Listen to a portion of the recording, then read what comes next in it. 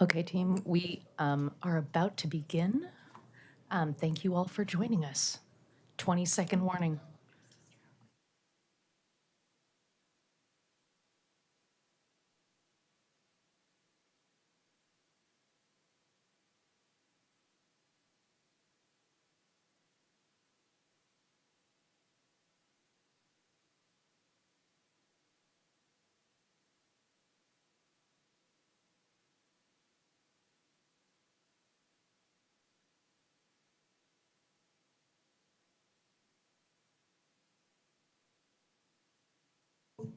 Okay, team, it is time to call us to order. This is the September 23rd edition of the Portland Planning Commission. I'll be your host, Chair Routh. With me in person is Commissioner Alvarado, Commissioner Knowles, Vice Chair O'Mara, Commissioner Spivak, and online we have Vice Chair Thompson. And sadly, not with us today is our commissioners Pollock and Ames. We hope they are well wherever they are. Yes. And we're waiting for, and Commissioner Brandon just joined. Yay. So we have quorum. I'll call us to order and start with if there are any items of interest from commissioners. Commissioner Spivak. I have a few quick items. One is appreciations for the great food again. What's the local company again this time? Pompoy? Thank you. And another is that as we pass the hat or the baton for representation on DRAC, the Development Review Advisory Committee, from myself to Commissioner Amira, they are soliciting ideas from commissioners of things that they think should be on the work plan, and it will be discussed in the new year, but they're collecting ideas now. We've had the first round, and if you have things you think the Development Review Advisory Committee ought to be looking into, let us know. And the other announcement is, as counterpoint to the horrors in DC and New York City right now, there's some good news happening in Portland and opportunities around home electrification. People are converting their homes away from resistance electric heat faster than ever, and from gas as well, to heat pumps. And also, the Portland Clean Energy Fund just rolled out a $140 million program to help low and moderate income folks completely cover their costs or partially, or depending on the income level, for renters and owners. So that program is in beta now. It'll be rolling out for real in a couple months. For people who want to learn about this stuff, I am a co-founder and volunteer with a nonprofit program, Electrify PDX, with Families for Climate. And we are hosting an event this Saturday, my plug here.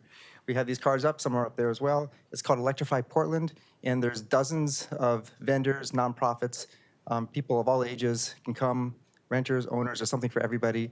Bouncy Castle, free ice cream, sandwiches, all the good stuff. So come on out if you're looking for something, 11 to 3 at the Red. That's it. Thank you, Commissioner Spivak. Anyone else? Okay, well, I have two things. One, of course, Bureau of Planning and Sustainability is looking for a deputy director, correct? So just noting that. Tell all your friends. And last week was the first meeting of the Sustainability and Climate Commission. I had the joy of listening in, and if you'll remember, in our past iteration, a few of us were on the commission when it was the Planning and Sustainability Commission.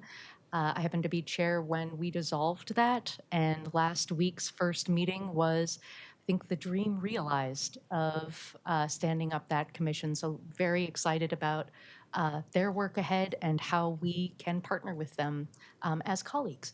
So I'll leave it at that and go from there to hoping. There was in our last episode, the Affordable Housing Opportunities Project, we had a transmittal letter that has gone through a couple of iterations. I did some edits.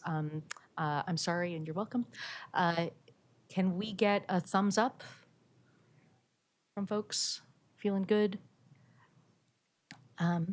Okay, looks good.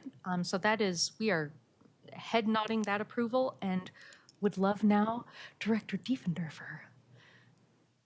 Welcome back. Oh, thank And you. please take the stage. Good afternoon, Chair, Vice Chairs, Commissioners. Thank you so much. Just a few things to update on in the Director's report. You may recall that staff had sort of convened a conversation about the Community Involvement Committee that we have. We have a separate committee that is charged with being keepers of the outreach practice, and they give advice on outreach to projects at early stages of the project. We had convened a working group that included the officers of the Planning Commission to talk about whether that committee should potentially be folded, its functions should be folded into the Planning Commission. And so we had a number of meetings with the CIC members and together CIC members along with, as I said, the officers of the Planning Commission. Ultimately, I think that conversation led to a decision where we're going to retain separate bodies for those two functions. And so I just wanted to kind of report back to the broader commission about that, and to also let the commission know that as a result of that decision and those conversations, the equity team has now started the recruitment process to fill the CIC positions. So that recruitment is out currently. Obviously, those are volunteer positions. Much like the Planning Commission, it's a similar recruitment process. And just wanted to apprise commissioners of that and to obviously share with your networks and let folks that who might be interested in being on the CIC to look into that opportunity. So there's more details on the project website. I think the Civic Life website is where all of the bulletins are housed if you want to share that with anyone that you know. So that's one update. The other is I wanted to apprise the commission that staff I think this is a citywide effort, but the Bureau staff are working with Tom's team to revamp the website generally for accessibility reasons. And so just want to give you a heads up that you are going to see some changes to the Planning Commission website. It will, all the information that is there will remain there. It's just the way it will be displayed and the way you access the tentative agenda. When you access the tentative agenda, you're going to see not just a PDF, but you're going to it'll look different. So just wanted to apprise you of that so you're not surprised when you go to the website and you see that the interface is different. And I think just a couple of other quick announcements. Wanted to let you know that the code alignment project that was before the commission and the USB amendments are both have been making their way through council. Both had initial meetings at council and both have second meetings at council tomorrow. I think that's all the updates that I have for you right now, so happy to answer any questions you might have. Any questions? Comments? Okay. Really excited about the accessibility. It's a huge lift. Just the sheer number of PDFs on BPS's website is not small. So that's very exciting. And we go next into consent agenda, which is the August 26th minutes. Could I get Commissioner, Vice Chair Thompson? Yes, I'm a little slow on the uptake. Thanks for bearing with me. I was curious on the Sustainability and Climate Commission meetings. Are those posted to YouTube as some other commission meetings are, or They are. I guess I'm very glad to hear the update that meeting has occurred. So thank you, Chair Ralph, for sharing that out. I know it's been a long road somewhat to get there, and I'm just curious, like the best way for people to stay up to date on what that commission is doing, if interested. I can answer that unless staff wants to. You can, Okay, yeah. There's a website, the Sustainability and Climate Commission. You can search on it for it on the city's website. It is live streamed to the best of my understanding, or it's not the best of my understanding. I was there last week. It is live streamed and then on YouTube. was great. And I can, how about we can share that just among commissioners, but yeah, make that available. Okay, Cool. thank you. Great question. Thank you. Okay. While you had your hand up, Vice Chair Thompson, did you want to move the consent agenda? Was that also what I saw? Sure. Yeah, Great. there's no icon for holding up both hands. So yes, I will make a motion to accept the minutes from our last Planning Commission meeting. Thank you. Do we have a second? Second. Thank you. All in favor? Just an aye? Aye. Great. Any opposed? Delightful. Thank you very much. And now we go into the main attraction of today, Recap 11. I'll ask for disclosures afterwards. I'll ask Sandra Wood, JP McNeil, Shannon Bono, to join us. This is a public hearing, so how this works, there is testimony on our MAP app, and you have until the end of this hearing. If you have a last-minute written testimony that you want to fire in, now is a very, very, very good time to do so. We will have an informational presentation from staff. There will be, then I'll open it up to questions for clarification purely from fellow commissioners. We'll ask for disclosures, then go for a hearing, and then come back as a commission for discussion. That's the way we roll. So I would love to pass it off to staff. Thank you so much. Thank you for having us. Good afternoon, Commissioners. My name is Sandra Wood. I'm the Code Development Manager at the Bureau of Planning and Sustainability, and I'm happy to be here tonight. With me is JP McNeil, who is the project manager for the project that we'll be discussing today, and Shannon Buno, who's our senior code editor. We're here to have a hearing on the Regulatory Improvement Code Amendment Package, number 11. As the name implies, is the 11th such project in this program, which is basically a series of projects that maintain the zoning code and just keep it up to date every year.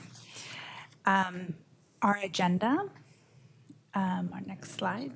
Oh, sorry. As Chair Rao described, I'm going to provide some background, and JP and Shannon will share our staff proposals. Then you'll have time for questions and answers before you hear public testimony. And then we expect this project probably to be continued until October 14th, which is your next meeting, which is actually 3 weeks away instead of 2, the regular. We have a little extra time. For this project, the high-level proposal, next slide, please, thank you, is that the Planning Commission makes a recommendation to City Council to adopt the project report and to amend Title 33, which is the Planning and Zoning Code, and amend Title 32, which is the Sign Code. Next.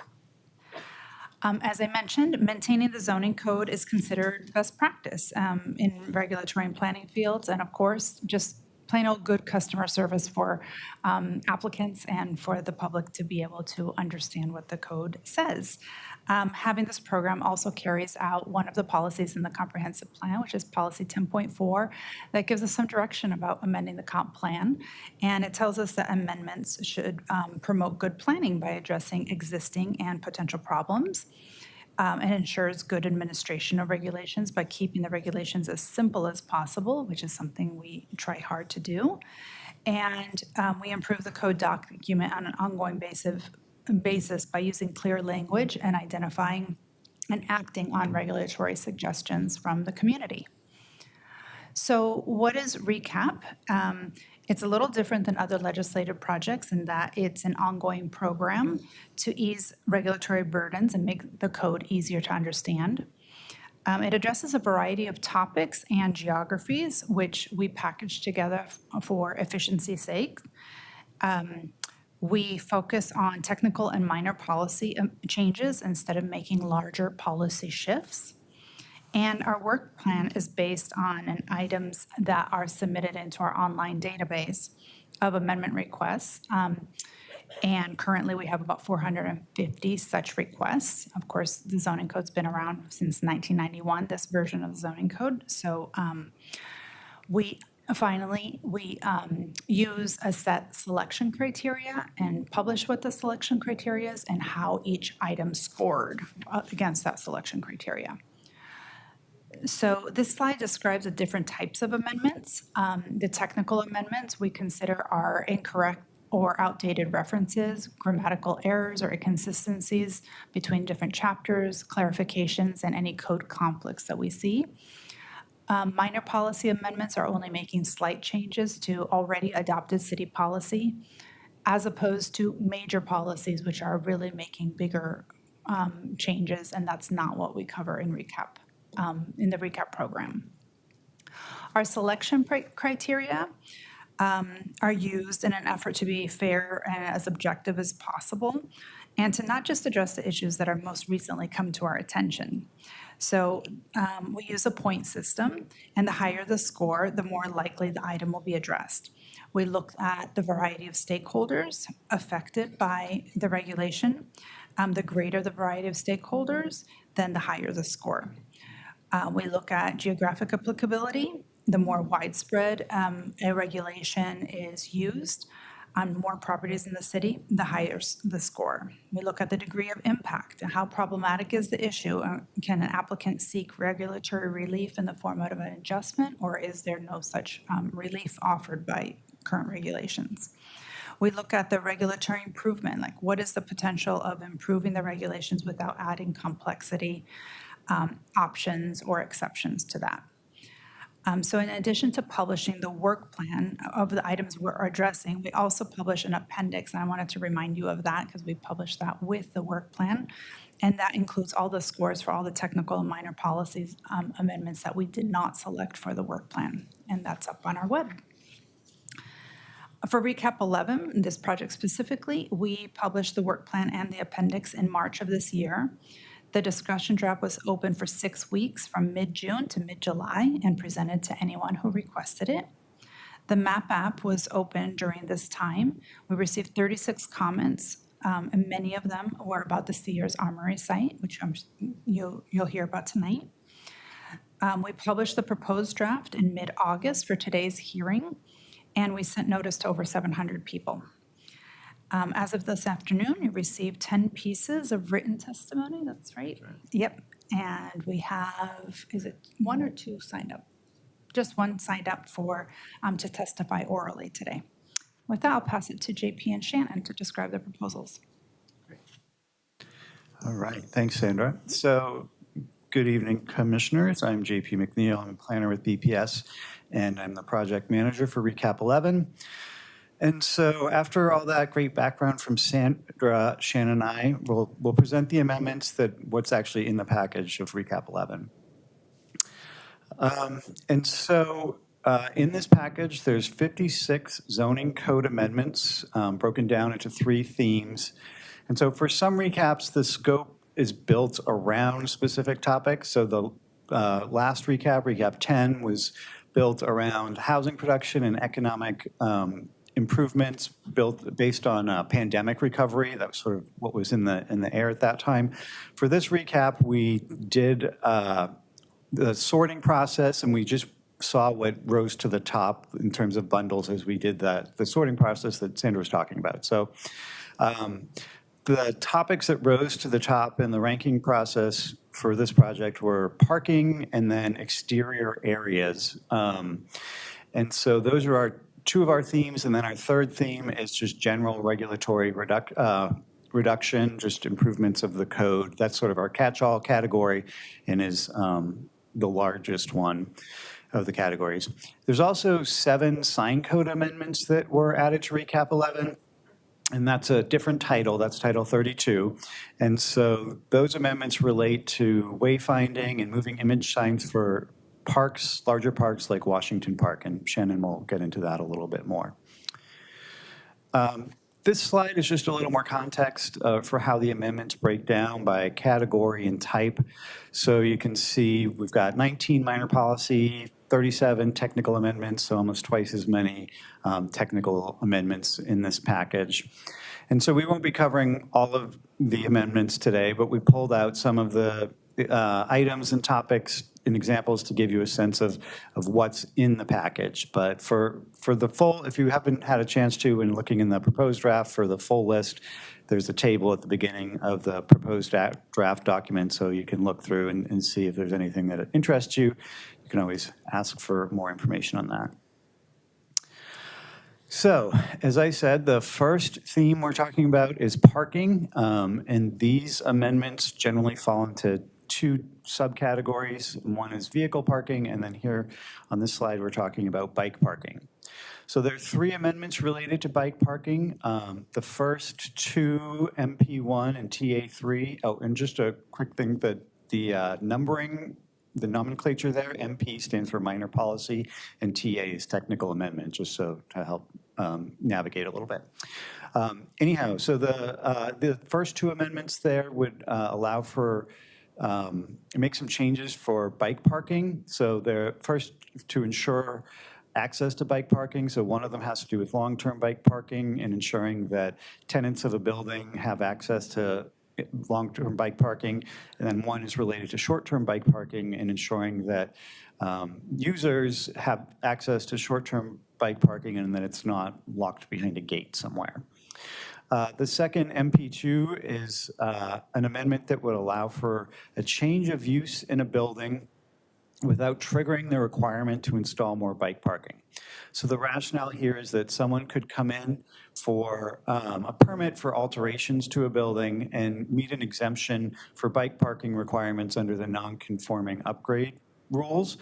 However, a change of use, which might not even involve any actual alterations or changes to the building, would not necessarily be exempt. And so we've made this just for parity, so that a change of use would be treated similar to the non-conforming upgrades and would be exempt from the long-term or the additional long-term bike parking requirements.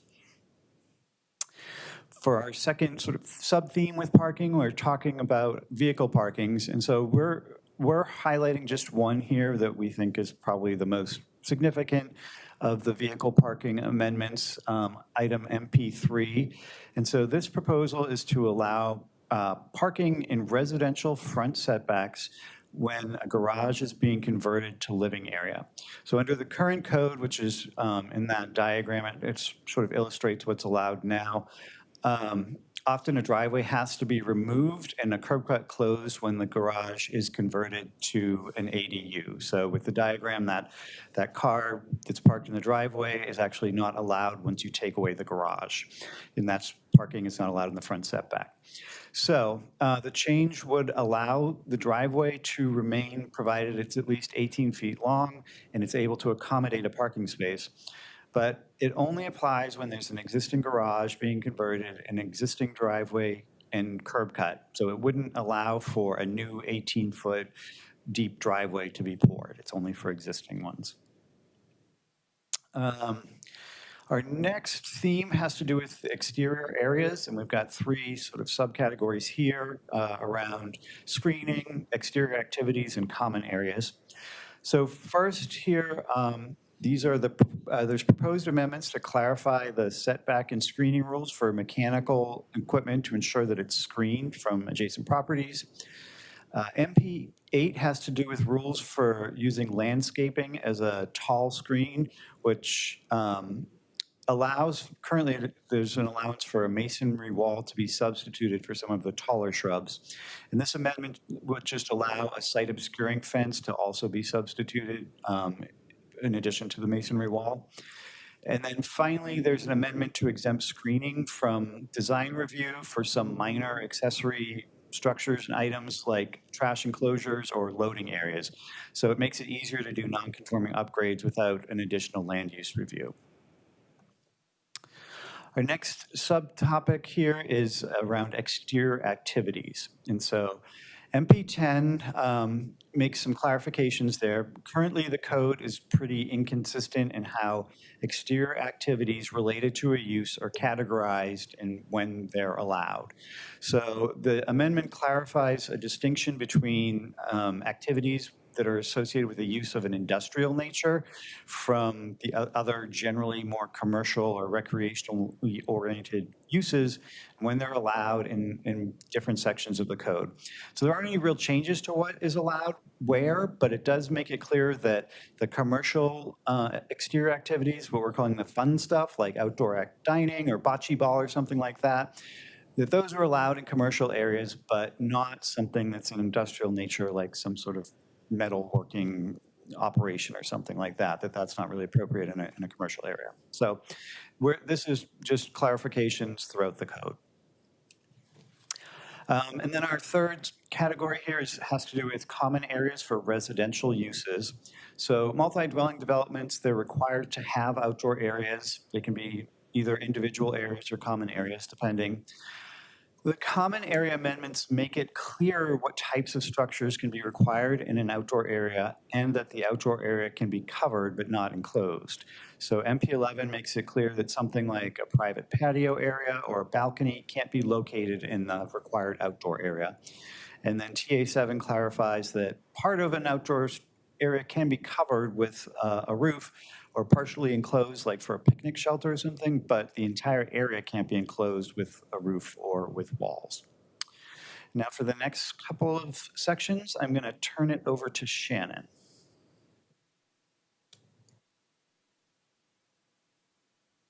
Does the light on? Okay. You're good. Good. No light, that's fine. Good evening, I'm Shannon Buno. I'm also a planner with Bureau of Planning and Sustainability. I'm going to go over the next few groupings. So the next Recap 11 theme is called General Regulatory Improvement. This category contains the most amendments, 30 in total. It's something of a catch-all theme, as JP alluded to, and includes disparate amendments related to outdoor shelters, temporary activities, entertainment venues, and others. The bulk of the amendments are technical amendments, 6 are minor policy, and I'm going to go over 4 of those for you. So the first amendment I'll go over is an update to the rules for outdoor shelters so that the rules align with what has been allowed for outdoor shelters, what has been built under the declared housing emergency. This includes an increase in the number of individual shelters allowed for outdoor shelters in commercial mixed-use zones and some multi-dwelling zones. It also includes an amendment to allow existing outdoor shelters located on publicly owned land in general employment and industrial zones to continue operating without going through a conditional use review process. When the housing emergency ends, they would be required to go through a conditional use. This exempts them from that. The next set of amendments has to do with the temporary activities. The zoning code contains a chapter about temporary activities. It allows short-term deviations from the code for activities that are temporary in nature and will not adversely impact their surrounding areas. This is the part of the zoning code that allows short-term activities ranging from farmers markets and garage sales in residential zones to construction staging and commercial filming. Among the temporary activities allowed in the RX commercial mixed-use employment and industrial zones currently allowed are fairs, carnivals, and other major event entertainment activities.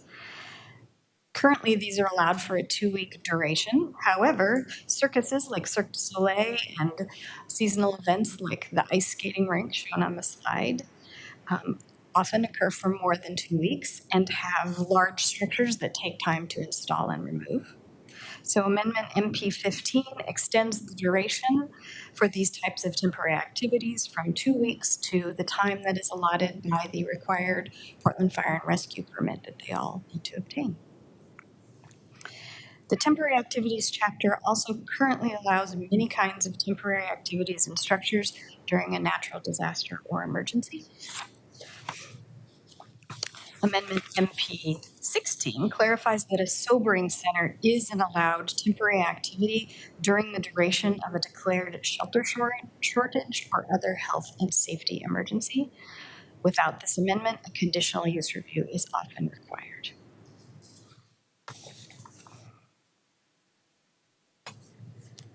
The next amendment is related to entertainment venues. This one will clarify that how medium-sized entertainment venues are classified. There are two zoning code use categories that entertainment venues can fall into. One is retail sales and service, which is where theaters and bars with small music venues are classified. The second is major event entertainment, and this addresses large events venues like the Moda Center and the Convention Center. However, it's unclear where the medium-sized venues fall, such as the recently approved Live Nation venue. Major event entertainment currently contains an exception for small venues that are meeting areas, and this recap amendment builds on that exception to clarify that entertainment venues with less than 20,000 square feet of floor area are a retail sales and service use. And finally, I will go over the sign code amendments. So as JP said, the overarching goal of this group of sign code amendments is to provide Portland Parks and Recreation. Briefly, Shannon, do y'all want questions in the moment or saved to the end? Why don't we're just about done, so why don't we just hold them to the end? Great, thank you. Okay, so these amendments will help the Portland Parks and Recreation to put in, to give them more flexibility to install modern and informative signs in large parks, such as Washington Park.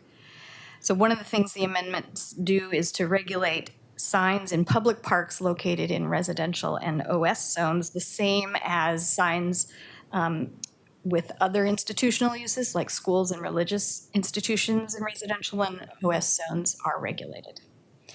In addition, the amendments will allow small changing image signs in parks that are at least 5 acres in size, and it will allow large regional parks that are at least 50 acres in size to request adjustments to that size to have larger changing image signs.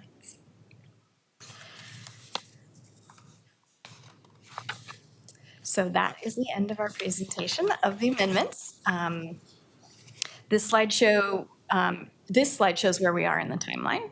Our goal is to be in front of City Council in the winter so that our effective date can be March 1, 2026. Thank you for listening. And to reiterate our proposal, staff proposes that the Planning Commission recommend that City Council adopt the Recap 11 project report and amend Title 33 and Title 32 as shown in the proposed draft. Thank you. Thank you, and thank you so much. And Shannon, I feel like every time I'm like, this time I'm going to get your last name right. It's okay. And every time I screw it up in a different way. So You're not the only one. I know, it almost makes it worse. Before, very briefly, does anyone have any disclosures before we go into questions? Oh, yes. Commissioner Spivak? This is not a recused disclosure, but I obviously am working for a nonprofit that likes heat pumps, and they intersect with this proposal, but I'm a volunteer. Thank you. Okay, seeing none. Commissioner Spivak, to your question, and then I was just curious, when you have square footage of a big venue, I know how square footage works in a home, but if you have like a huge area that's like vaulted 4 stories high, is it just the square footage? How is that done? If it's vaulted, the whole thing, it is just the square footage of the floor. Yeah. Sometimes if there's balconies or mezzanines, that would count. thank you. We're going to go to our hearing in this moment, if I may. We will have so many questions for you, so thank you in advance. And we have one. Oh, yeah. Are there any other very basic clarification questions I did not see? Okay. So here's our hearing component of the commission. Would welcome Juno Suarez to come up. And thank you. And we'll have 3 minutes, and at 30 seconds, I will do this like a Muppet. Okay. Thank you for being here. Good evening, Chair Ralph, Commissioners. My name is Juno Suarez, and I'm a homeowner in Ladd's Addition Historic District, speaking for myself tonight. I advocate for healthy and connected neighborhoods. I'm here in support of the discussion draft and would like to offer a further update around heat pumps for inclusion in the proposal. I have draft language to share with the Commission. I've shared it with the Chair, but I'll speak to the substance. The Recap 11 website says, changing needs, new laws and court rulings, new technology and innovations, and shifting perceptions necessitate that the city's zoning regulations be updated and improved from time to time. Heat pumps provide cooling in the summer and heating in the winter. The outdoor unit, called a condenser, transfers heat energy in the air outside to maintain the desired indoor temperature. The principle is the same as your refrigerator. Most modern condensers are low-profile devices less than 2 feet in depth. This amendment permits that to extend into the setback and appear integrated with the massing of the structure. Once upon a time, our temperate Pacific Northwest didn't require air conditioning, but then in the summer of 2021, we endured a heat dome reaching 116 degrees. Tragically, 72 people lost their lives in Multnomah County from this heat. Each of those deaths was preventable. Adequate indoor cooling is no longer a luxury in Portland. Changing needs, indeed. We must remove development barriers preventing people from experiencing safe temperatures in their homes. City Council agrees. Last December, Council expanded the Cooling Portland program with an additional $10 million allocations from PSEF to provide heat pumps to vulnerable Portlanders. It passed on the consent agenda. Now, most condensers can be installed on the ground or mounted on the side of the building. If ground mounted, they're considered, quote, detached mechanical devices. But if wall mounted, they can result in more noise, vibration, cost, and are almost certainly more visible. Side faces on corner lots often trigger screening requirements or even historic resource review that can add thousands to development cost. Code should treat these the same. And what about visual aesthetics and neighborhood compatibility? The status quo alternative is portable window units, which are more prominently visible, louder, less efficient, and often less safe, but still safer than no cooling at all. A common sense consistency improvement allowing low-profile heat pumps to extend 2 feet into setbacks will remove unnecessary barriers to health and safety, similar to other safety equipment, such as fire escapes in 33-110-220C. This is a minor policy change within scope of the exterior areas, project focus, and Recap 11, and consistent with comprehensive plan principles. I ask the Commission to incorporate this update in the proposed package. Thank you. Thank you very much for being here. And I'll make sure that my fellow commissioners see what you shared with me. Thank you. Okay. Excellent. And with that, I believe we will close, right?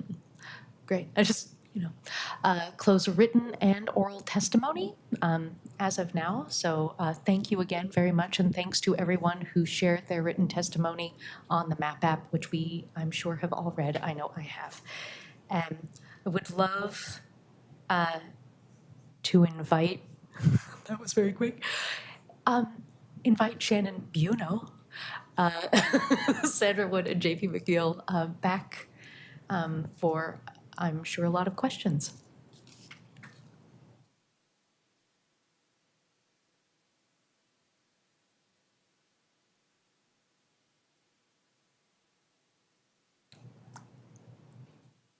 Who would like to start?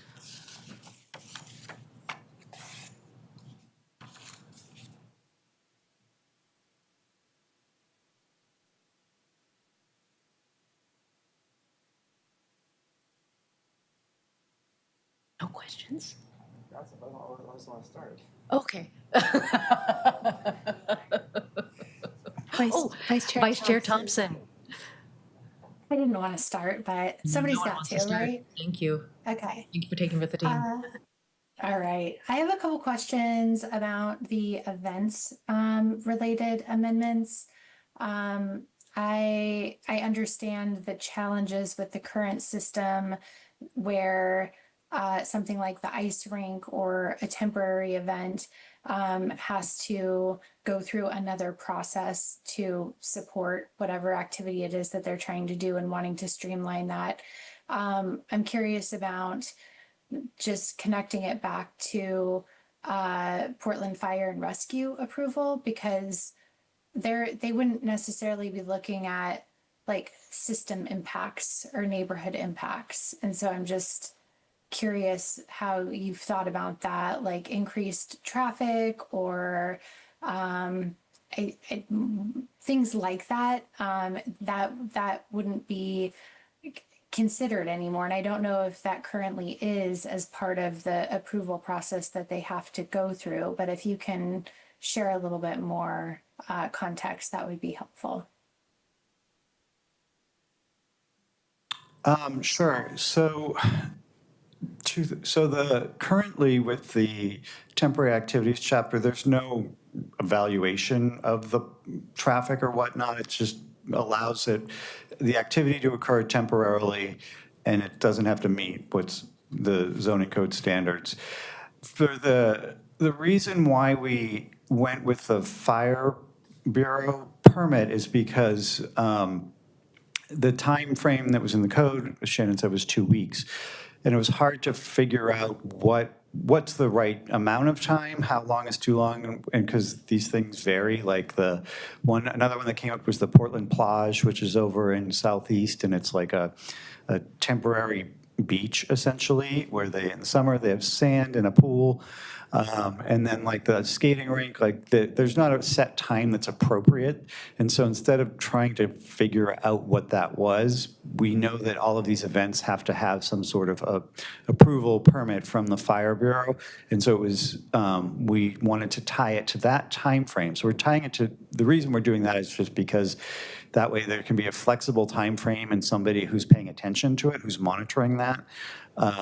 And so that's how we ended up with the fire permits. But even now, like I said, they're not evaluating the system impacts, but neither are we now under the current rules.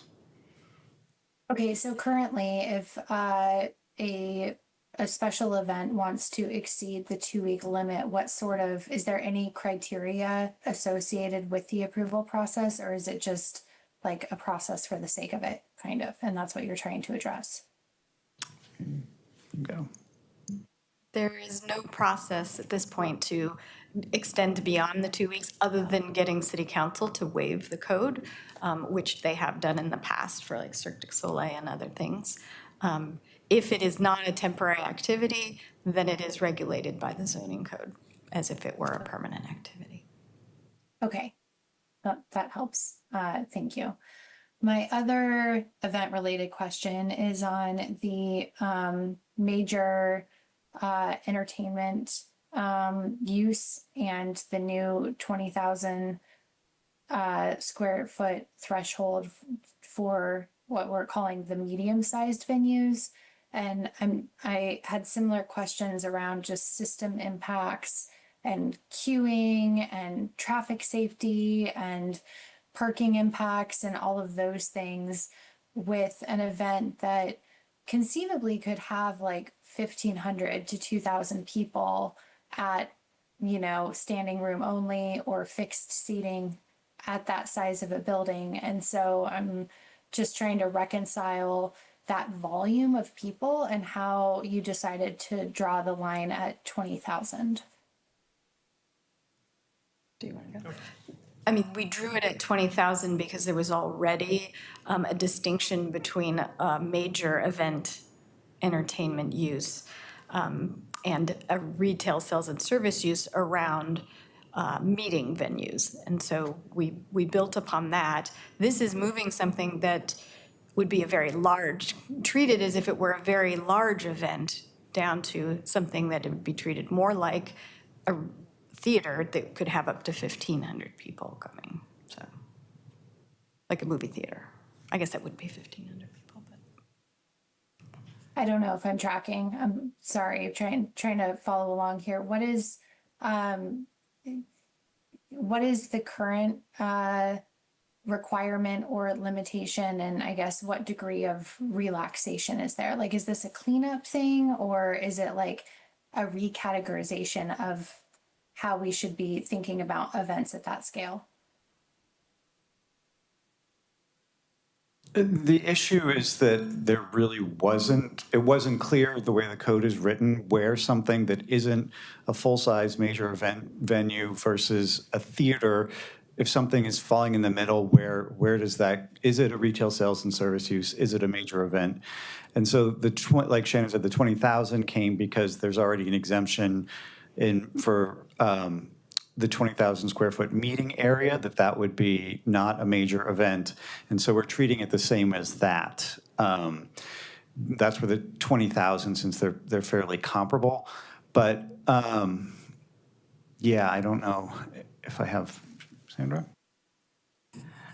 So I think what you're trying to say is that in the major event entertainment classification, there are some examples of what those types of venues could be. And in there, I think it says an event area of up to, is it event area, office, what's it say? It says exhibition and meeting area. Thank you. Exhibition meeting area up to 20,000 square feet is not considered a major event, does not trigger the major. And so we were trying to come up with a number, and we decided that that was the best number we had to go by because that is considered retail sales and service. So that's where we drew the line. Okay, so it's broadening the definition from a meeting or exhibition space to include some of these other potential uses like a theater. Correct. Okay. All right. I think I got it. Thank you. Great. Thank you, Vice Chair Thompson. Who wants to go next? You are now no longer first. Commissioner Knowles. Thank you. So I'm curious about the origin of the amendments. How many of them were generated by private requests or outside of the city requests? And how many came from the city, from city staff? And then of that amount, how many were generated by the current planning staff who deal with these kinds of problems every day, as you know? Just curious what the breakdown is. I'm going to keep it simple and say almost all of them are coming from our current planning staff who are working with developers and applicants on a day-to-day basis. Our experience is that while the database is available to the public to enter, it's usually when the planning staff working the permit or doing a land use review is working with an applicant that they're like, I don't think this was our policy intent, and now I'm having to implement this regulation, and this doesn't quite make sense. And so they put it into the database, and it gets sent to several of us, and we read those and talk to them about it. Usually when we tell people, when we're doing public outreach and out at meetings and we say, put it into the database, they don't follow up on it. So for that reason, I think most of them, I would say 90% of them probably come from current staff, or you think? Yeah, I don't know. I can't, well, I don't have a good estimate. I'd have to go through, at least for this package. I know that there are some that came from the private folks. I can think off the top of my head that there are some that they tend to work, the ones that I'm thinking of tend to be folks that maybe work in the industry that have more experience with it. Those are the ones that are more apt to put it into the database. Sure. Architecture firms, engineering firms, for sure. Okay. Yeah. And then I noticed in the the written testimony, which I will confess I haven't read every one of these. There were a couple of, at least, generated by others. One in particular by an attorney caught my eye. But have those been addressed yet, or these are coming in after you've already developed your proposal? Half the testimony came in today, this afternoon, that they weren't even there this morning. So some of it, we're sitting here figuring it out as we're going. It tends to kind of come in late, but some of it I've looked through everything that's there just up as I've had time today as we were sitting here. But your question was whether you've addressed any of the ones that have been requested previously. Previously. Sure, I think. Sounds like you have not. Well, Well, there's a couple of things. We published a discussion draft, so Yeah. that was the draft before we published our proposed draft. And at that point, we received 36 comments. Like I said, most of them were about the Sears site. And that also led us to have some outreach and go to like the Multnomah Neighborhood Association with the other project team that you just had before you for the Affordable Housing Opportunities Project. And then when we published the proposed draft, that's when we got 10 comments after we published Okay, it. so I actually didn't look at the dates of what's in the map app. And Yeah. I So if you haven't go done to that the sort. far right corner, you can sort by which draft. Okay. So you'll want to sort by proposed draft. Proposal changes, as you're indicating, oftentimes, because we're hearing from the public. Okay, thank you. Any questions? Yeah. Commissioner Alvarado. Just a question on long-term bike parking. Yeah. The commentary itself, and I didn't get to dig too deep into the tables, but just the language of qualifying as a major remodel. I'm curious if there's a specific definition of that, or if there's some discretion that planners use. For that, for the non-conforming upgrades, there's a dollar threshold for what would trigger the non-conforming upgrades and as a major. So below that threshold, an applicant is exempt from the long-term bike parking. And so the rationale here, like I said, you could come in for an alteration that's below that threshold and be exempt, but coming in for a change of use where often an alteration might include a change of use, but an applicant could come in because it's a different type of business and they need a change of use, and that doesn't entail really any development or any alterations, and that would trigger the bike parking. So the impact of the change of use is lower than what might be over here with the alterations, but it triggers the long-term bike parking, if that makes sense. I'll just add that where the term major remodel is in the zoning code, there is a definition of that. That is not something that planners on the counter just get to decide if this is major or not. Perfect. That makes sense.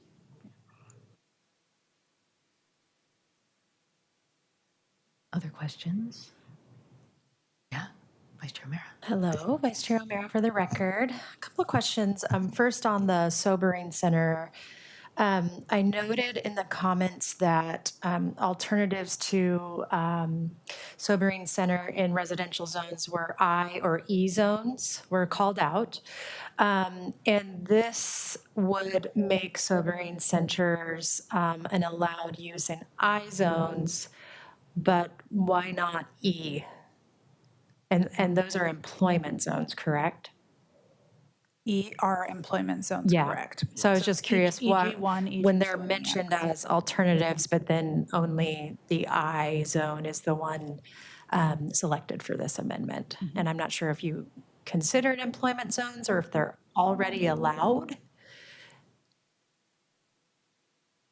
I don't. You're talking about the temporary activities chapter, right? Correct, How we're yes. saying And under sobering the centers. comments for sobering centers, I believe it's on page 108. The commentary about that Yes, amendment? yeah. I think, I think that, well, maybe you could answer it better. So I think the commentary is alluding to the fact that in I and E zones, a conditional use is allowed, but is required often. But the amendment itself does not limit the sobering centers to I or E zones. Okay, thank you for that It is just allowing clarification. them as a temporary activity. When there's a declared emergency, it is agnostic. or- Okay, I was thrown off by the commentary saying only I zone or a reference to I zone. So thank you for that clarification. Under the fleet parking, what is, I imagine there's a long list of what fleet is defined as. Is it broadly vehicles that are owned by businesses or organizations? Yeah, it would be Okay. business like taxis or UPS vans or something like that. Okay, so it's vehicles The that city, are yeah. are necessary for a business operation owned by a specific business and Right. part of their day-to-day. Right, and they're usually stored Operations. somewhere and it's not it's not treating it like a parking, the requirements that would be triggered if it were a public parking area. Okay, okay, thank you. And generally, employees only are accessing them rather than the public coming in and out, right?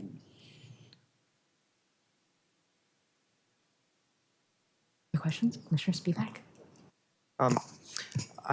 I followed, I think, Commissioner Knoll's lead on reading the testimony from the discussion draft. So there was a couple items there that looked interesting, and I don't know whether the proposed draft addressed them or not, because I didn't look back to see. One of them was Washington Park looking for some more flexibility in their large signs. It looks like that was addressed. That's great. And the other one was, I think, the attorneys about the core area downtown parking lots. If they put in EV chargers, they would lose the ability to have as many parking spaces as they used to because they're under the cap. Is that something that was addressed in this one? Okay. No, that's not addressed here.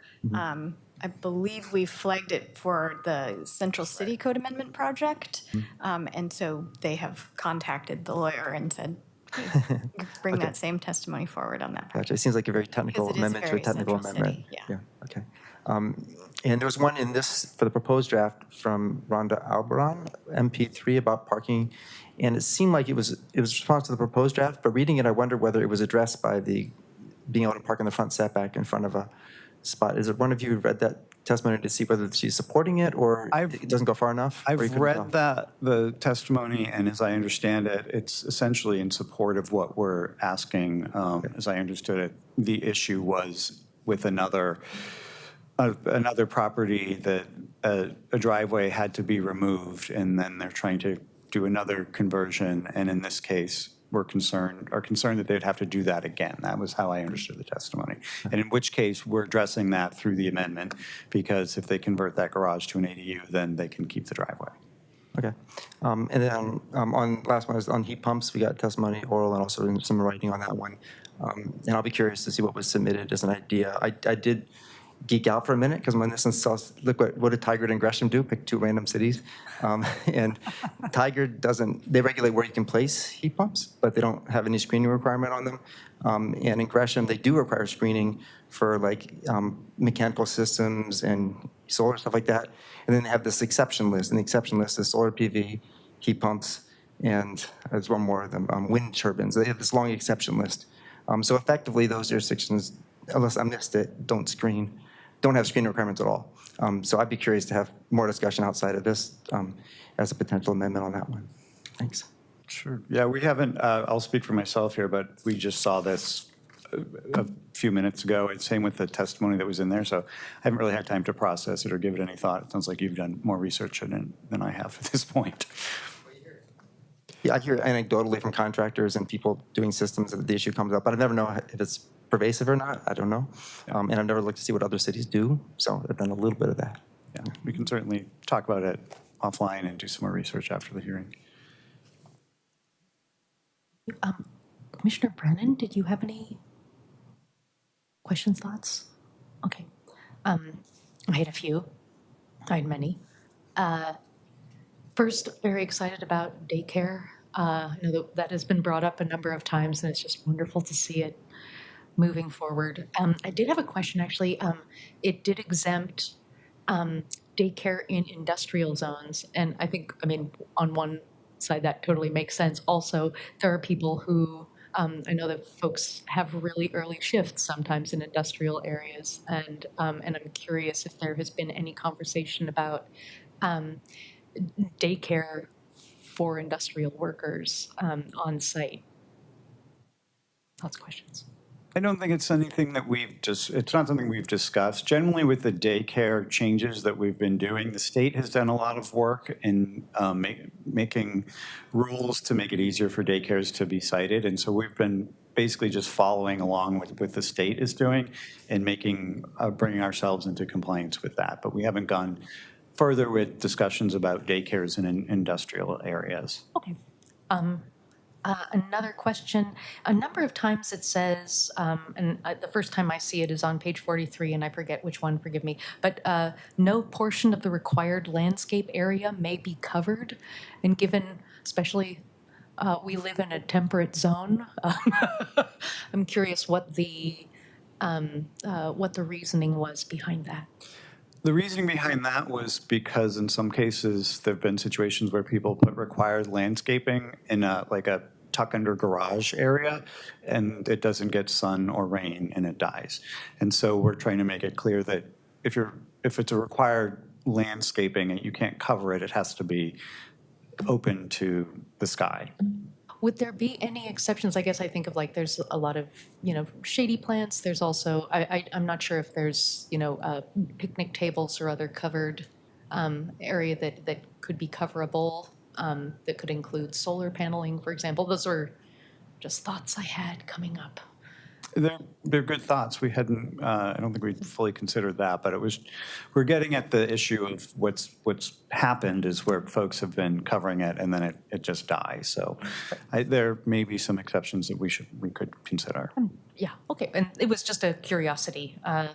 Another curiosity, before we, and I'll just say like, these are more kind of curiosities and questions. My larger question that moves to a concern does relate to the temporary shelter conversation, so just watch this space over here. The propagation of sale and plants, and I saw in a couple of places it also pulled out the possibility of some vendors. Is that true? Maybe I'm making that up, but I'm just curious where is the propagation, the all-powerful plant lobby? Please talk about it. The propagation of, I will have Shannon weigh in on this a little bit because I'm forgetting the rationale, but that was partially, I know that it was because it was already clear, it was added, it was something, we didn't make it up, but we retained it from some of the examples. One of the things that we're doing with those exterior activities was whittling down the list and just making it so industrial uses are over here. Those are called exterior work activities, and they're either allowed or not. And then everything else that's not that's commercial or recreationally related is allowed, and trying not to have lists. But then the propagation of sale of plants, I think, what's the distinction there? Well, that's, it's just an example of another exterior activity, and it has been an example in other places in the code where we're sort of moving it from one place in the code to another. And it was just to make it clear that this is the kind of outdoor activity that is allowed. Okay. And the last, just curiosity question, and these are just about like, if I get it wrong, I'm very sorry. In the Cascade Station component, removing, I thought I had seen that it removed things such as outdoor seating or was restricting it more, and I was just curious where that came from. I'll have to pull that one up. As I recall with that one, the Cascade Station was just a reference to what approval criteria are allowed. It doesn't make any changes to what is or exemptions. It's just the reference to where it points to for the approval criteria was not correct or clear, but I'd have to double check. Okay. We can bring that information back. We can bring it back. And I'll look at it more closely to see if that actually, if I have a follow-up. The larger, I've asked a number of questions before I go on to my largest one. Curious if anyone has others that have come up. Commissioner Knowles. We had a request for allowing heat pumps in the setbacks. Can you talk a little bit about the general policy around setbacks and what exceptions already exist for, in a residential context, for stuff in the setback? There are a lot of exceptions for accessory structures and setbacks in residential zones. There's an entire list where things like sheds of certain sizes, if it's a small enough footprint, or and if it meets a list of things, including like the size of the footprint, the height, and whatnot, and then a structure, a detached accessory structure like a shed would be allowed in the setback. For mechanical equipment, if it's less than 5 feet tall, it's allowed in the setback.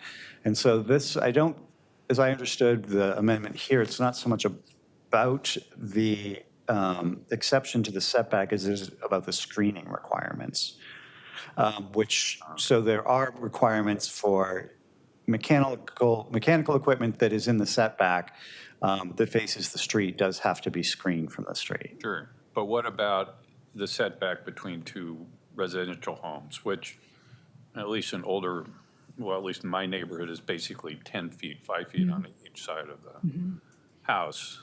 I'm just curious what rules apply when a situation arose where you had mechanical equipment from both sides, and that cuts off the passage in between the two homes that exist for the benefit of both homeowners. Just curious if you've run into that situation before.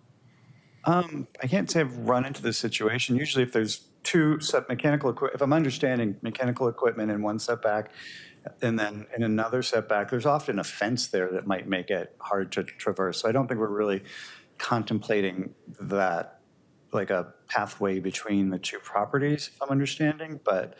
And I don't think that's in the purpose statement, right, of the setbacks. I think the purpose of the setback is to allow for light, air, separation Right. of structures, Okay. That's not a good- passage necessarily. Good reminder. I haven't, in my career, seen like two heat pumps that are in the setback right next to each other because houses are built so differently. They probably are offset anyway. But when we changed the regulations a few years ago to allow the mechanical equipment to be in the setback because they were subject to the setback standards before, we had a discussion about, and there was testimony about wanting that to be screened. And sometimes the screening isn't just about the visual, but it's about the noise. So that's why the rule is what it is today, but we'll take a closer look at this for sure. Okay, so for example, an air conditioner on the side, not the front, is required to be, it can be in the setback, but it has to be screened. If it's less than 5 feet tall, and what's the other rule? You have to pull out the full thing. Less than 5 feet tall, and it has to be screened. and for Screened, mechanical. yeah, that's it. Yeah. Those two Okay, things. All right, thank you. Just to follow up on that and clarify, that screening requirement only applies to front setback mechanical Actually, units? no, I or misspoke when I said that. It's actually to the adjacent properties. Or the front setback and the adjacent, it has to be screened from adjacent properties, I believe is what it says. Okay, so any setback with an abutting adjacent property. The equipment is screened from adjoining lots by walls, fences, or vegetation, so adjoining properties.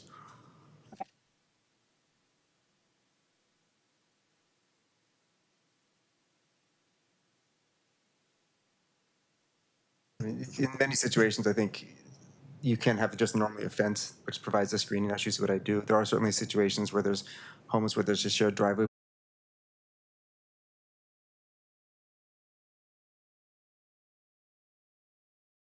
The driveway and they separate in the back. And you obviously can't put a fence down the middle of a driveway. So in those situations, fencing to provide the screening requirement is not just accomplished by a fence between the homes. True. And then the example, since we're looking at a piece of paper that the public can't see right now, the example that was provided by the testifier is the mechanical equipment is on a corner lot. So it's on a side lot, but facing the street. So in that situation, I mean, I would like to think that people have options to put it in, like on the back of the property and not in the setback, then they don't have to screen it at all because it's not within the setback and that's the only ones that need to be screened. But you can consider that more and we will think about it too. Vice Chair Thompson, since we cut out, was there more? My question was answered. Yeah, I just wanted to clarify. Thank you. Great. Other? Okay. Just as Vice Chair Thompson, were you here during the shelter to housing continuum project? I can't remember. I was indeed. Okay, so I want to move us to the pieces of temporary shelters, if I may, and I'll look to both Commissioner Spivak and Vice Chair Thompson, as I would like to start with a little bit of context from what I remember from that. And so please, but my memory is imperfect at best.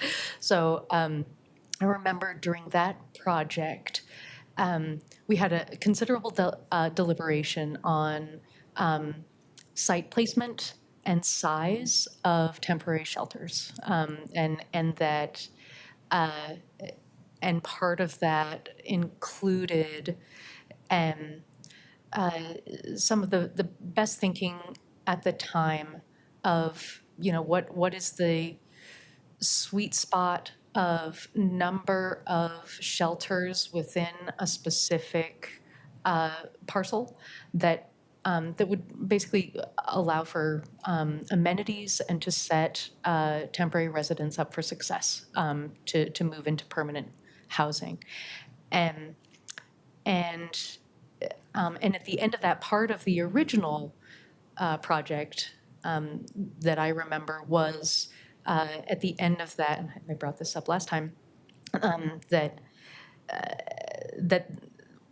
would trigger, that project would trigger the end of the our stated housing emergency, that we're still obviously have issues we have to move forward on policy, but that that we would cease the housing emergency.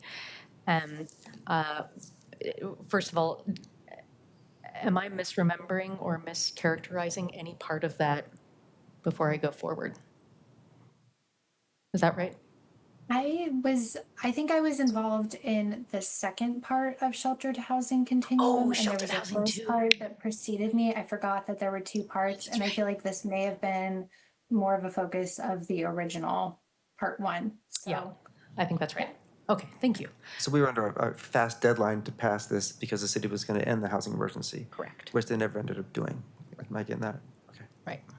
And so when I read in that as part of recap, we would be in some cases doubling, in some cases, from what I read, more than trebling the number of sites, and that that would be released when the housing emergency ends. To me, that felt not like a minor adjustment, that felt substantive, and especially given the amount of deliberation and the conversations that we had in Shelter to Housing Continuum 1. I think it's worthy of conversation, obviously. Like I feel I would love to open up to a larger conversation of what that means, what that would look like, because that to me, that feels like a large jump, that feels substantive.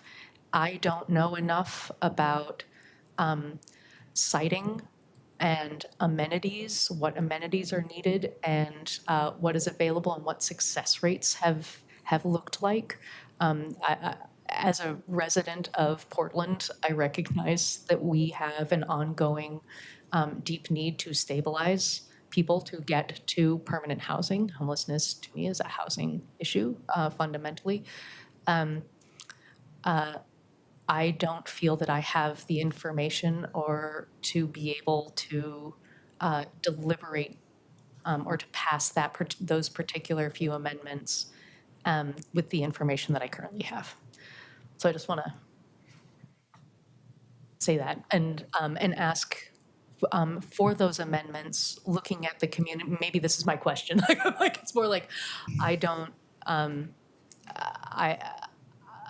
feeling a weight to those small suite of amendments that I do not feel to all of the other amendments. I feel pretty confident about the others. And in the community involvement state, have there been conversations with temporary shelter providers? We've and you know what has been the unfolding conversation there, and then love to open it up. Yeah. I think this the heaviness and what you're feeling right now maybe warrants for us to like get back together and refresh our memory on all the conversations you've been having with the Portland Solutions and folks. And it hasn't just been conversations amongst staff, it's been conversations, higher up above my grade. So rather than try to respond to it right now, I think it would help us to regroup as a team and bring back some answers to that.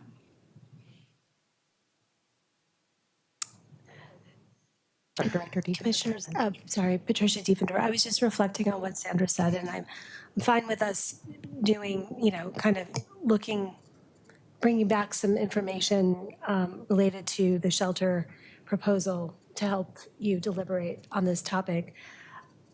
I was reflecting on the fact, and I think if my understanding is correct, largely we are talking about sites that are publicly owned sites and that are specifically in the industrial zones, right?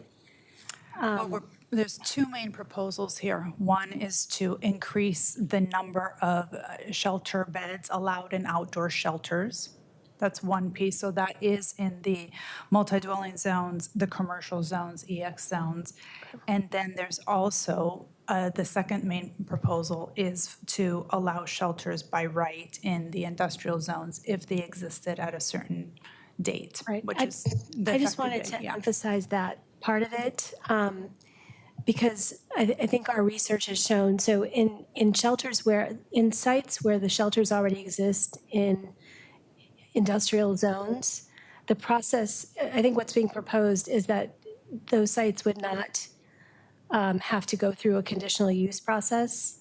There's also some grandfathering of existing, I think, like those sites that are existing would be able to remain, but it would also remove the requirement that they have to go through a conditional use process. And I think the reason to remove the conditional use process is that the approval criteria were such that it really is more, it wasn't resulting in a different outcome. So the approval criteria would be something that the project would be able to meet, but yet we're making them go through the process. And so I think that was one of the things that we wanted to avoid, was just making projects go through process just for the sake of going through process when the outcome would not necessarily be different.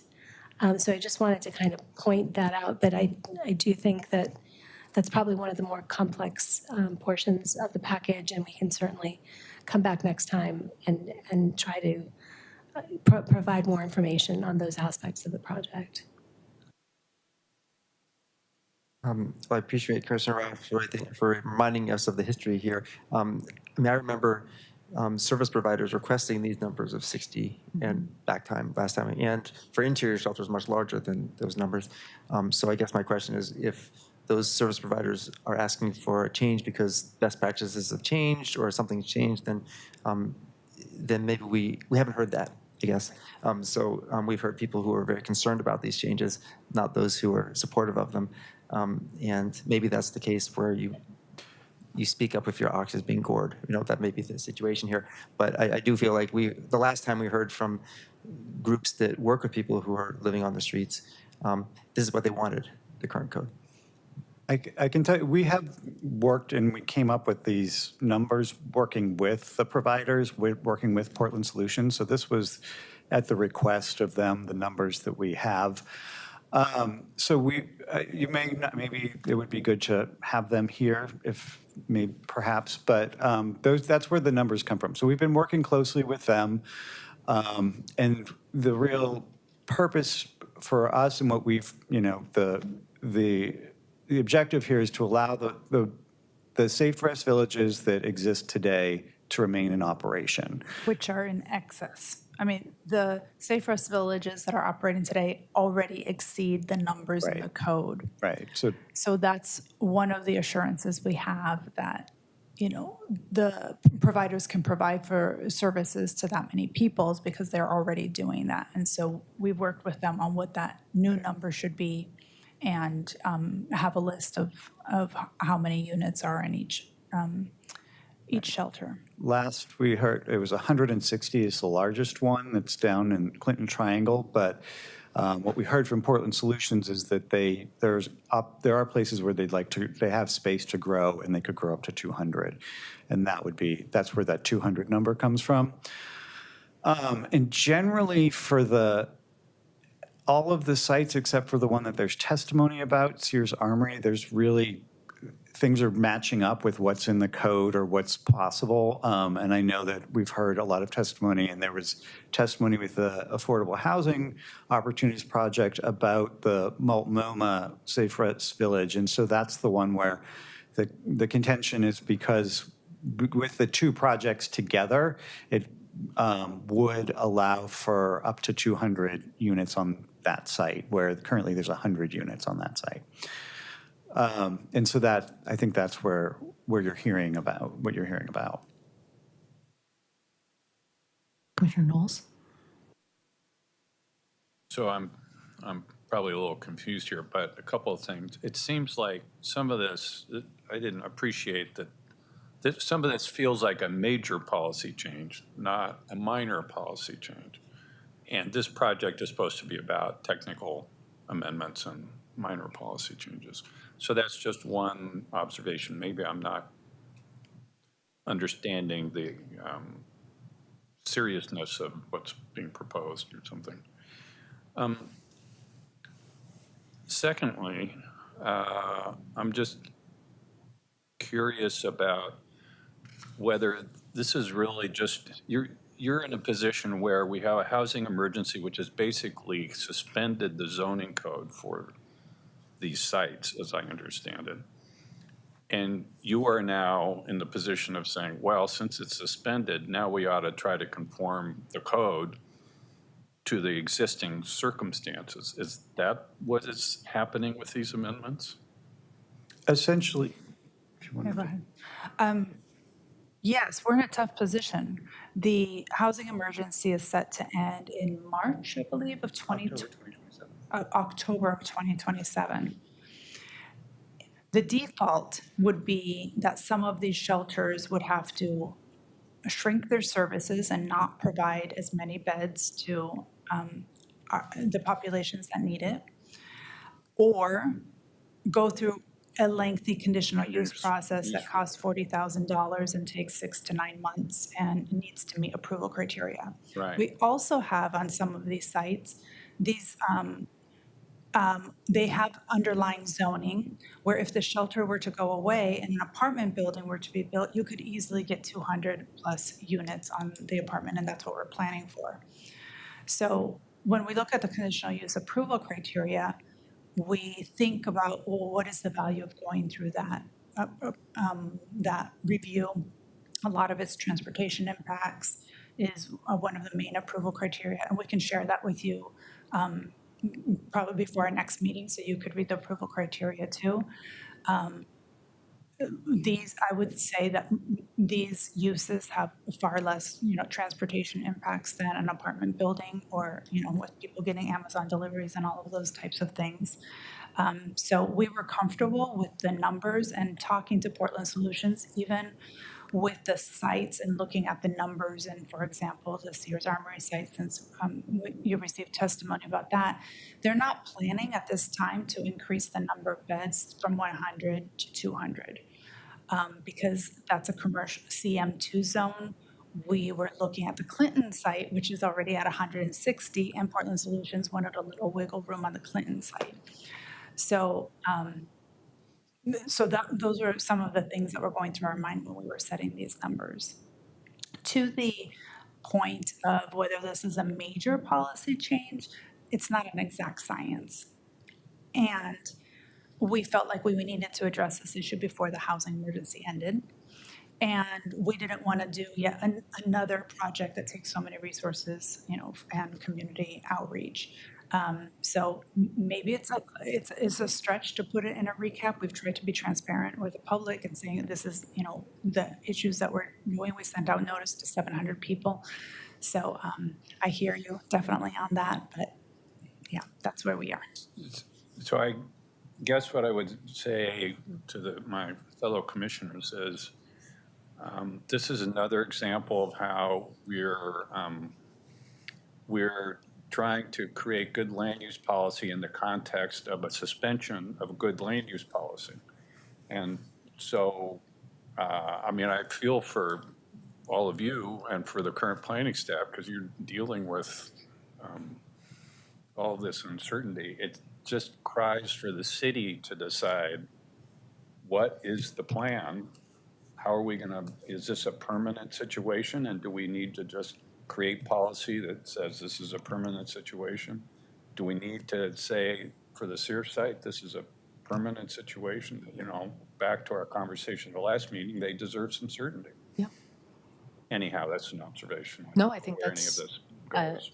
I think I mentioned the last time I'm in deep because, you know, how many years of being a state of emergency before this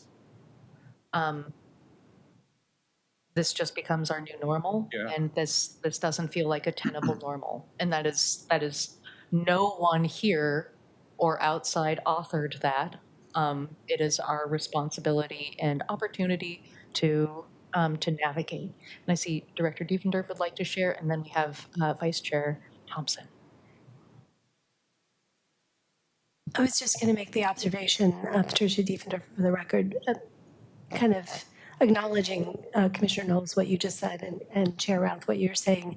I think on some level, what we are doing by doing this is saying these sites where we have already invested in developing Safe Rest Villages and these shelters, there's a sort of recognition that maybe there is a need to consider them as a more long-term use. And so by doing this, if the proposal as proposed by staff is, you know, forwarded to council by this commission, I think we're saying that in those instances, we've made certain investments in those sites. Those sites are, you know, it's not easy to find sites where you can do these kinds of uses. And that we're saying that despite a housing emergency, these uses may need to extend beyond a time when we may or may not decide to. And that's a council decision, right? Whether or not to extend the housing emergency. So I think what we're trying to do is keep options open for the city, recognizing that there are limited sites and recognizing that there has already been investments made in these locations. Vice Chair Thompson. I wanted to confirm that nothing substantive has changed between the discussion draft and the proposed draft with respect to the outdoor shelter alliances. That is what I'm gathering from our discussion together.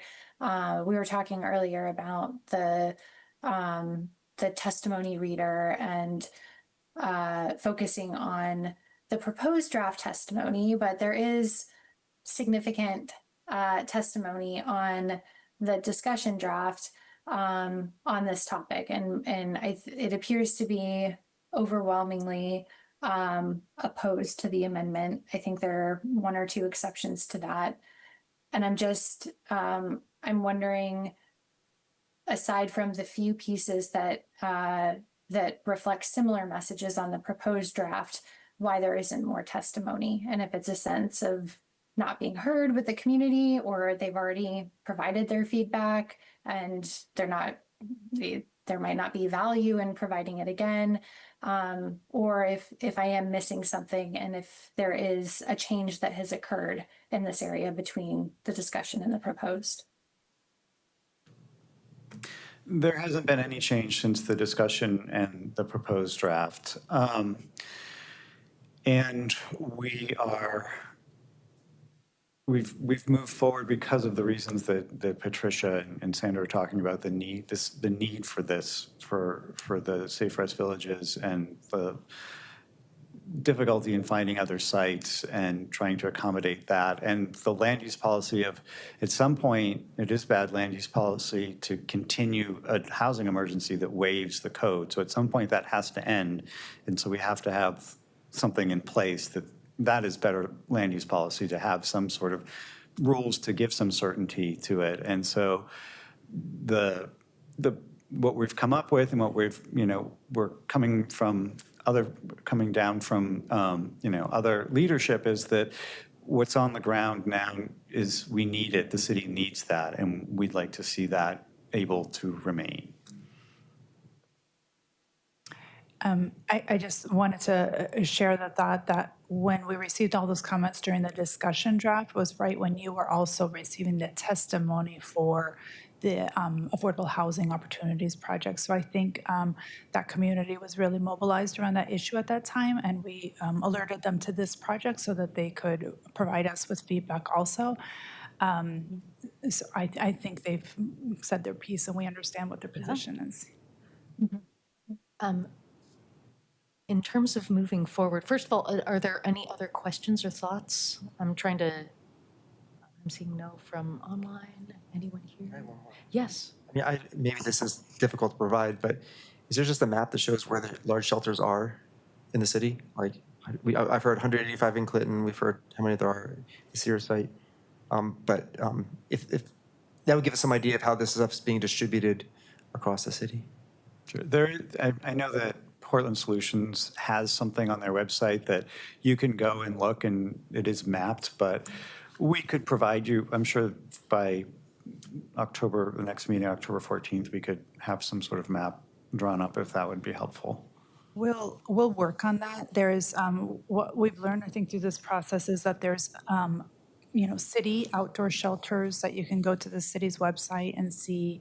I don't know, I haven't seen the map, I don't think, but at least they have a page for each of the shelters, and it's a little more transparent, but you can imagine there's a little sensitivity around this subject also.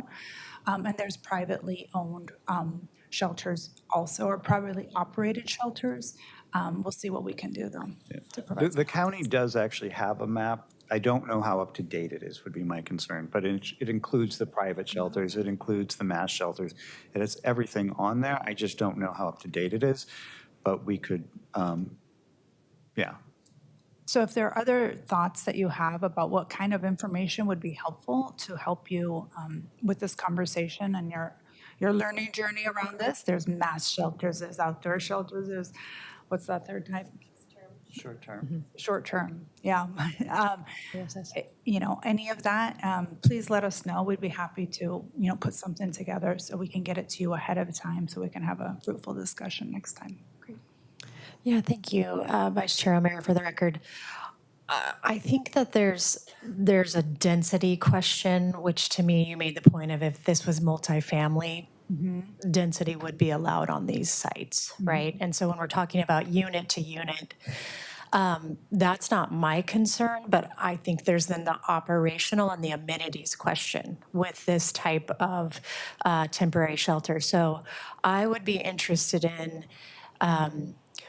what is the amenities to unit ratio? For example, if we allow an increase from a site that's currently 100 to 200, is there an associated restroom facility increase? Is there, and I know BPS does not oversee staffing ratios, right? But what is the operational capacity increase that comes with the density increase?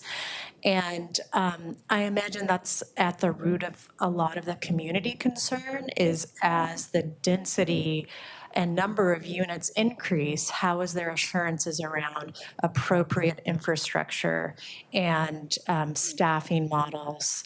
And so if there can be any additional information provided around that, right? Because the density is almost, it's more of a straight answer in my mind, but it's really how do you scale those associated services alongside a potential density increase? Thank you. I'll say, to piggyback if I may, also like nearby amenities, one thing that I remember is, when we're talking about industrial zone, for example, in the Shelter to Housing Continuum Project, Part 1, we talked about the how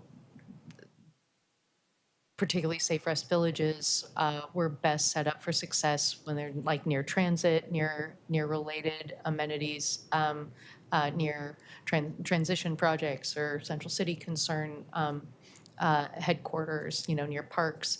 So, what that siding looks like. I also believe that there was an inventory asked for and I think completed of, what are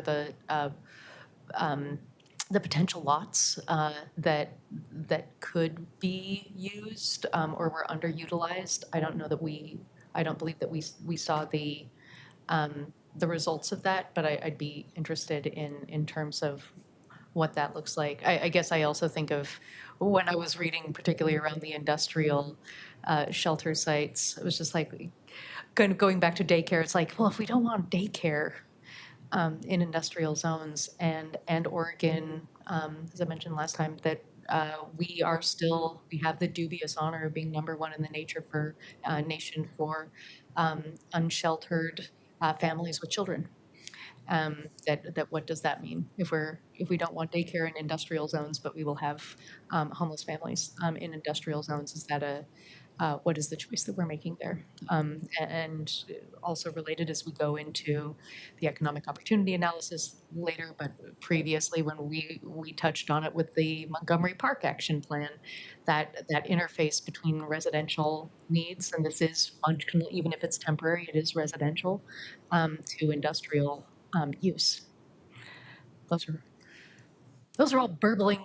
I have many questions in my head that I'm still a slow processor, and I think it's going to take another day to come up with some questions. I would suggest as a proposal, as folks have questions, that we can, if you can share them with staff and with the officers, so that at our next officers meeting, we can kind of put together a plan. How does that sound in terms of how to best structure the October 14th? Yeah, that would be great. If we could get questions by next Wednesday, we have the officers meeting the day after, then we can at least collate the questions. And before I lose your thought, the underutilized lots, are you talking about the city is lots owned by public agencies? I feel like I know, and I regret in this moment that I did not reread the Shelter to Housing Continuum Project again earlier this week.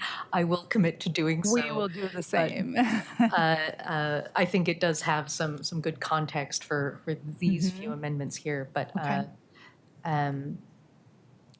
yeah. So next Wednesday we can have questions, and maybe while we're talking about timeline, if there are any other amendments or questions, what is the timeline we should be looking at? Do you have even an idea of an amendment? I think let's just keep it to Wednesday. That gives you a week and a day, if that's okay.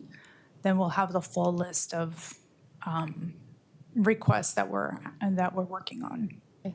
Does that sound doable to folks? Okay. Great. Other thoughts? Thank you for taking this time, and because it's a lot. Recap, as always, I think of it as the Oregon legislature. This is just a side.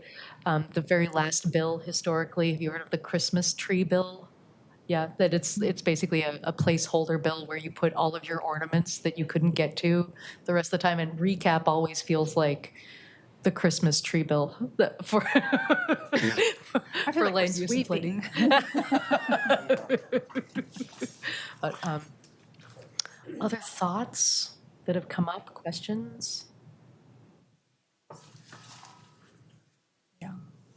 So just a clarification also, when you have questions, please email Autumn would probably be, and me. You have my email address too, and then we can keep tabs on them. Include me too. Yeah, include the chair, but let's not start a serial email. Yes, correct. So we're not Want to emailing stay on the everybody. side of, that's correct. Yes, thank you. Okay. Thank you all very much. Are we going to adjourn early? Oh, yes. Oh, thank you. We need to continue. Thank you, Commissioner Spivak. Continue Recap 11 project to October 14th. And with that, I almost shudder to say we are adjourned. Thank you all very much.